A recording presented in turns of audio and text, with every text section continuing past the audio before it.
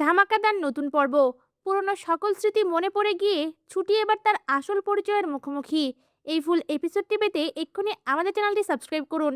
এই পর্বে দেখা যায় অভি ও হিরণময় আঙ্কেল একে অপরের উপর পার্সোনাল অ্যাটাক করতে থাকলে এই সকল কথা শুনে ছুটি মনে মনে বলতে থাকে, এভাবে যদি চলতে থাকে তাহলে তো হিরণময় আঙ্কেল আর উকিল স্যারের সম্পর্ক কখনোই ঠিক হবে না।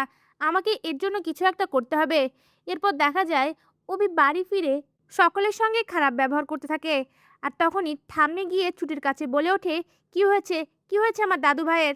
তখন অভি পাশ থেকে বলে ওঠে, হিরণময় আঙ্কেল আমাকে কিডন্যাপ করিয়েছিল। কথাটা শুনে অভির ঠাম্মি অনেক রেগে যায় আর সঙ্গে সঙ্গে বলে ওঠে, হিরণময় এমনটা করতে পারে আমি বিশ্বাস করি না। আর যদি হিরণময় করে থাকে তাকে আমি ছাড়বো না। সঙ্গে সঙ্গেই ঠাম্মি হিরণময়ের সঙ্গে কথা বলার জন্য বাড়ি থেকে বেরোতে যায়।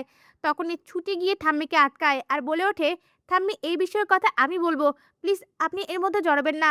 আপনার আর হিরণময় আঙ্কেলের মধ্যে একটা ভালো সম্পর্ক রয়েছে। যদি হিরণময় আঙ্কেল এই কাজটা না করে থাকে তাহলে শুধু শুধু আপনাদের সম্পর্ক নষ্ট হবে। ছুটির কথা শুনে ঠাম্মিও থেমে যায়। এরপর দেখা যায় ছুটি হিরণময় আঙ্কেলকে বোঝানোর জন্য নিজেই হিরণময়ের বাড়িতে পৌঁছে যায়।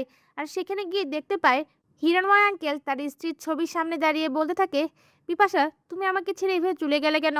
আমি যাদেরকে ভালোবাসতাম তারাও আমার থেকে দূরে সরে যাচ্ছে। আর পরিমার ব্যবহারেও অনেক পরিবর্তন আমি পাচ্ছি। আমার মাঝে মাঝে মনে হয় ও আমাদের পরিণয়। এই কথাগুলো বলার পরে হিরণময় তার লকার থেকে একটা পুতুল বের করে আর সঙ্গে একটা ছবিও। এরপর সেই ছবি আর পুতুলটা নিয়ে চেয়ারে বসে অঝরে কান্না করতে থাকে। এই সকল কিছু দেখে ছুটির হঠাৎ করে মাথায় পেন হতে শুরু করে। আর তখনই তার সকল স্মৃতি মনে পড়ে যায়। ছুটির সকল কিছু এক এক করে মনে পড়তে থাকে।